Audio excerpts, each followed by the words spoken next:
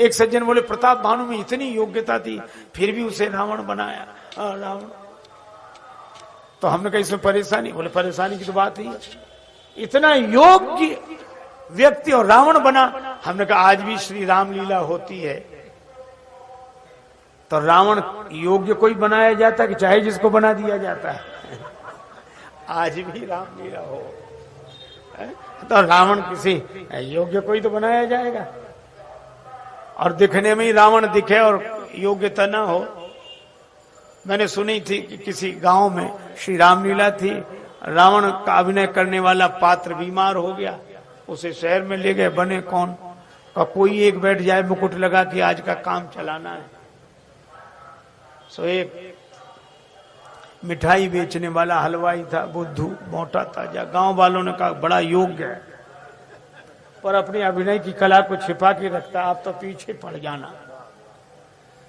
वो बेचारा बुद्धू नाम इसलिए रखा था, बहुत सरल आदमी। रामलीला कमेटी वाले गए कि हमारी लाज रख लो। बुद्धू बोला मिठाई बेचते हैं कि लाज रखते हैं? भैया तुम रावण बन जाओ। बोला हमें कुछ नहीं आता। बोले यही तो आपकी महानता है कि छिपा के रखते हैं आप अपनी कला। अब वो बहुत मना करे, बोले नहीं नहीं नहीं नहीं। फिर बुद्धू कैसा जो मान ना जाए।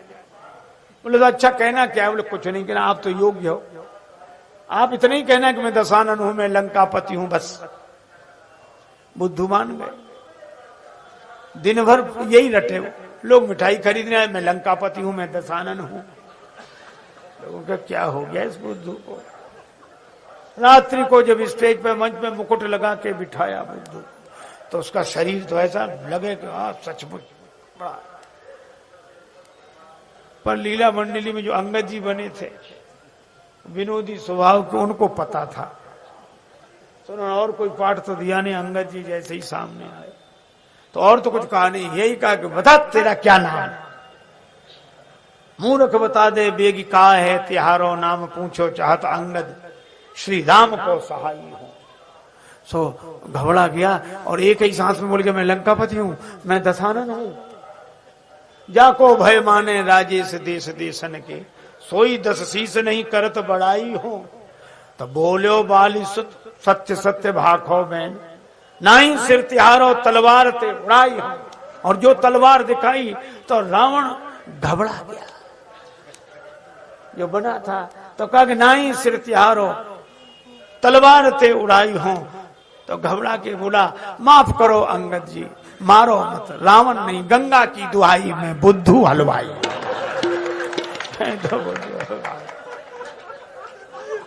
तो ऐसे वैसे को रावण बनाएंगे, यही होगा। आज आप विचार करो, जब आज की रामलीला में जब मनुष्य राम जी का रूप धारण करे, जब मनुष्य राम जी का रूप धारण करे तो भी योग्य रावण चाहिए, और जब स्वयं भगवान ही श्री राम जी ही मनुष्य रूप धारण करें तो कितनी योग्यता चाहिए। इसीलिए मैं कहता हूं कि राम जी का सखा दास सेवक बनने के लिए तो जो योग्यता लगती हो सो लगती हो, पर राम जी का शत्रु बनने के लिए भी कम से कम प्रताप भानु जितने पुण्य चाहिए, प्रताप भानु जितनी योग्यता चाहिए। और ये भगवान की इच्छा है, जय विजय उन्हीं के पार्षद है। यही तो रावण कुंभकर्ण है, तो भगवान इन्हें अपने में लीन करते हैं। तो ये काल की बात, और इसीलिए प्रताप भानु प्रथम समय पाए पुण्य सुन सोई राजा, और वो आपन अति असमय अनुमानी, फिर समय फिरा तेई खल, समय प्रताप भानु कर जानी, आपन अति असमय अनुमानी। तो कुंभकर्ण ने जो कहा भयउ काल बस वीर। अच्छा एक बात और, किसी ने कहा कि भगवान ने मारीच को देव दुर्लभ गति दे दी, मुनि दुर्लभ गति, मुनि दुर्लभ गति दीन सुजाना। तो मारीच कोई भक्त है, मारीच कोई संत है? चलो मान लो कुंभकर्ण को अपने में लीन कर लिया, रावण को भी अपने में। ये इतनी ऊंचाई भगवान क्यों देते हैं? एक और तो मारते हैं, एक और तो मारते हैं और दूसरी ओर अपना धाम देते हैं, ऊंचाई देते हैं। क्यों?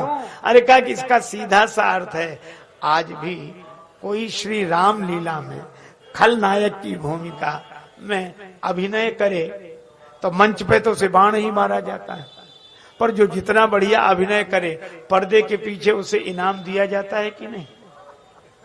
ऐसा थोड़ी कि मंच पे उसे मारे फिर पकड़ के पुलिस में बंद कराएंगे, साहब ये वो याद नहीं। तो अभिनय का तो उपहार और इनाम मिलता है, पुरस्कार मिलता है। तो राम जी भी खुश हो जाते हैं, वाह मारीच क्या अभिनय किया है, कुंभकर्ण कमाल कर दिया तुमने, और तुम्हारे कमाल के लिए मैं तुम्हें अपने हृदय